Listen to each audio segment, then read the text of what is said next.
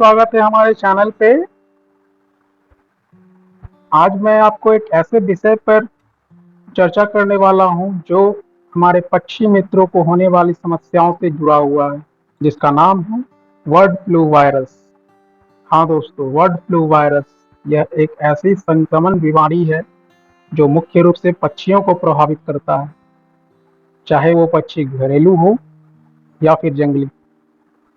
यह एक प्रकार का इन्फ्लुएंजा वायरस है जो पक्षियों के बीच प्राकृतिक रूप से होता है। यह वायरस हालांकि मनुष्यों और अन्य जानवरों को भी प्रभावित कर सकता है।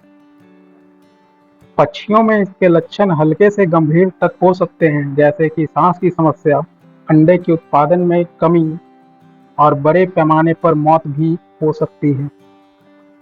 मनुष्यों में लक्षण सामान्यतः फ्लू जैसे वाले ही होते हैं, जैसे कि बुखार, खांसी, गले में खराश, मांसपेशियों में दर्द और गंभीर मामलों में न्यूमोनिया जैसे भी हो सकते हैं। यह वायरस पहली बार गायों में पाया गया था। इस बीमारी के कारण गाय का दूध जो है गाढ़ा हो रहा है और इसका रंग भी फीका पड़ रहा है। अमेरिका की गायों में यह बीमारी प्रवासी पक्षियों से आई है। यूएस डिपार्टमेंट ऑफ एग्रीकल्चर ने इसकी पुष्टि की है। विभाग ने कहा है कि टेक्सास और कैंसस के 4 डेयरी फार्मों में गायों में एवियन इन्फ्लुएंजा का टेस्ट पॉजिटिव आया है। न्यू मैक्सिको में भी मामलों की पुष्टि की गई है।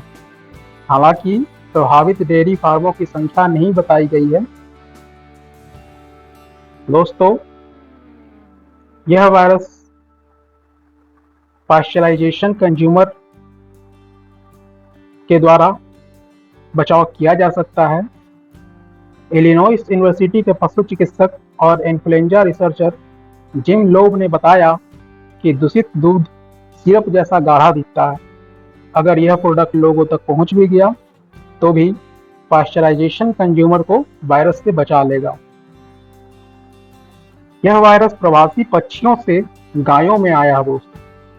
कुछ किसानों ने अपने खेत पर मरे हुए प्रवासी जंगली पक्षियों को देखा है, जिससे पता चला कि यह वायरस इन्हीं से आया है।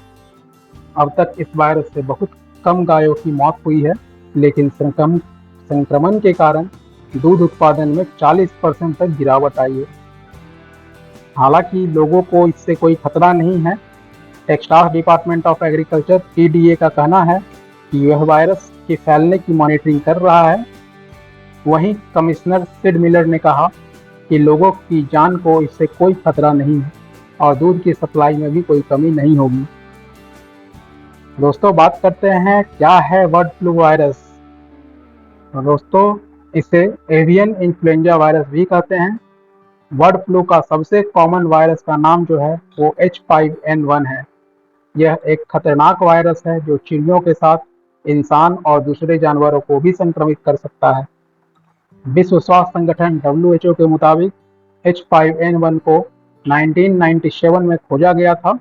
इस वायरस से संक्रमित होने पर 60% मामलों में मौत हो जाती है। तो जानते हैं दोस्तों कि इंसान में यह वायरस कैसे फैलता है और पहला मामला इसका कब आया। बर्ड फ्लू के कई वायरस हैं, लेकिन H5N1 पहला वायरस है जिसने इंसान को संक्रमित किया। संक्रमण का पहला मामला हांगकांग में 1997 में सामने आया था। यह वायरस संक्रमित मुर्गियों के जरिए इंसान तक फैला था। 2003 से यह वायरस चीन समेत एशिया, यूरोप और अफ्रीका में फैलना शुरू हुआ था। 2013 में इंसान के संक्रमित होने का मामला चीन में भी सामने आ गया। ऐसे बर्ड फ्लू को लेकर एक्सपेरिमेंट भी हो चुका है दोस्तों। 15 साल पहले एक लैब एक्सपेरिमेंट में पता चला था कि मवेशियों को भी बर्ड फ्लू का वायरस प्रभावित कर सकता है। 1997 और 2005 के आउटब्रेक के बाद यह स्टडी की गई। 1997 में एशिया में H5N1 आउटब्रेक आया था, जिसमें वाइल्ड बर्ड, पोल्ट्री और यहाँ तक कि इंसानों में भी यह वायरस संक्रमण हुआ था। 2005 के प्रकोप में सूअर संक्रमित हो गए थे, लेकिन यह स्पष्ट नहीं था कि गाय जैसे जानवर भी इससे संक्रमित हो सकते हैं। तो हम क्या कर सकते हैं ताकि हम अपने आप को और हमारे पंख वाले मित्रों को बर्ड फ्लू से बचा सकें? तो इसके कुछ सरल उपाय हैं। पहला, अच्छे स्वास्थ्य का पालन करें, जैसे कि हाथ साफ करना, संक्रमित पक्षियों या ऐसे क्षेत्रों के संपर्क से बचें जहां बर्ड फ्लू के बहुत सारे मामले रिपोर्ट हुए हैं।